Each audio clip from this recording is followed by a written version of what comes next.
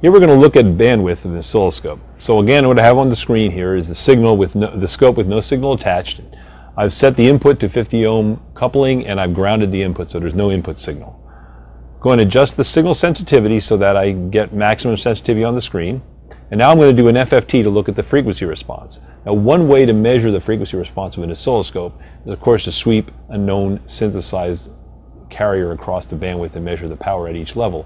A quick way to look at it is to just do an FFT of the noise floor, and this will kind of give you an indication of at least the relative roll-off characteristics of the oscilloscope. So we're going to use this tool right now to look at the bandwidth. I'm going to take an FFT of the waveform by using my FFT tool, and again I have the spectrum down here. This is 0 gigahertz to 2 gigahertz maximum frequency.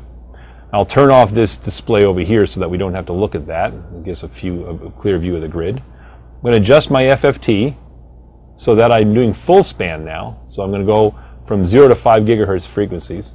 And let me adjust the resolution bandwidth to get a little bit more resolution. And I'll turn on a little bit of averaging and maybe increase the average level to 50 or so waveforms. Now we're going to turn off the original waveform, so we're just looking at the FFT, and I want to set the FFT scale to 5 dB per division, so I get a better look at that. So let's set the range up to 50 dB. That'll be 5 dB per division. And so let's move the waveform up on the screen. Just get a nice view of it, let it average out a little bit. Now, again, as I mentioned, this is 0 hertz on the left-hand side of the grid, and this is 5 gigahertz on the right-hand side of the grid. Now, the reason it's 5 gigahertz on the right-hand side of the grid is because the instrument is sampling at 10 gigasamples per second. So my Nyquist frequency is 5 gigahertz, or half of the sample rate.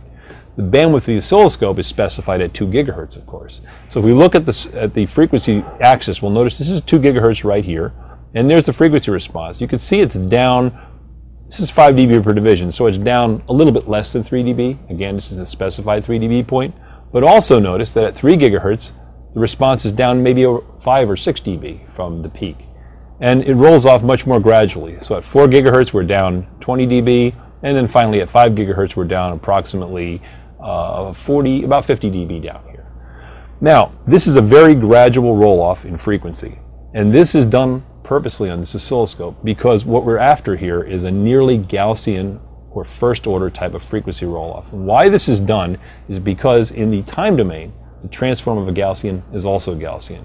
So if I put a fast edge into this oscilloscope with a frequency response such as this, if the frequency response is a gradual roll-off as we have, you won't see a lot of ringing and overshoot in the time domain.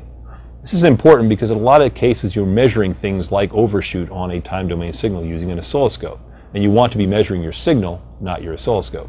The specified overshoot on the RTO, this oscilloscope from Rohde & Schwarz, is actually 1%, which is about 1/10 to 1/5 of what other oscilloscopes using digital processing are.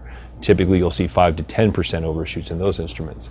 The reason many digital oscilloscopes have ringing and overshoot in the time domain is because they do not have a very slow first order response like this. Rather, they'll use a very sharp cutoff, so it'll be 3 dB down at 2 gigahertz, but then it'll roll off very rapidly after that.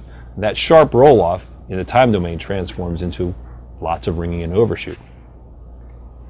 So the benefit of the slow roll off in the Rohde & Schwarz RTO is accuracy in the time domain, accuracy in terms of rise time, accuracy in terms of overshoot, and accuracy in terms of amplitude measurements.